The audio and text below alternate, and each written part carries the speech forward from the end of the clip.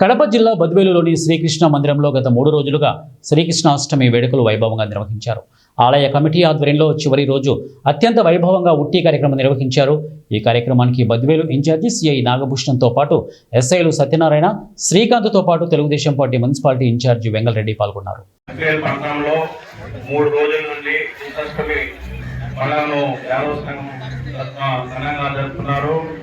3 రోజుల నుంచి వర్షం వస్తున్నా కానీ లెక్క చేయకుండా ఈ కార్యక్రమం విజయవంతం చేస్తున్నందుకు వాళ్ళు ప్రత్యేకంగా అభినందనలు.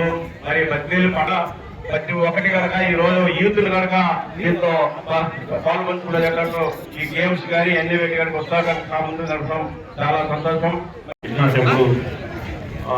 సంఘం తరఫున ఈ కండక్ట్ చేయడము చాలా గొప్ప విషయం.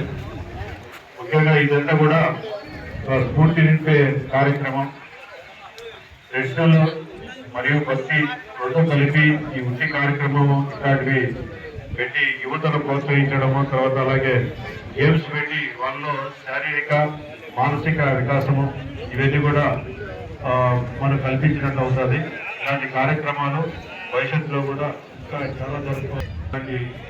గొప్ప టెంపుల్ను అంటే కట్టాలని చెప్పి ఒక ఆలోచన రావడము, దాన్ని ఆలోచన కార్యరూపం దాల్చి ఈ కట్టడానికి చందాలు వేసుకొని అంటే బద్వేలు ప్రాంత ప్రజలైతేనే యాదవ సంఘం వాళ్ళ ఆధ్వర్యంలో ఈ విధమైన మంచి టెంపుల్, ఒక చాలా పెద్ద టెంపుల్ కట్టుకొని ఈ ఏరియా ప్రాంత వాసులకు భక్తి, తర్వాత ట్రెడిషనల్ ఇలాంటివన్నీ కూడా వాళ్ళకని అలవాటు చేయడం అనేది కూడా గొప్ప విషయము.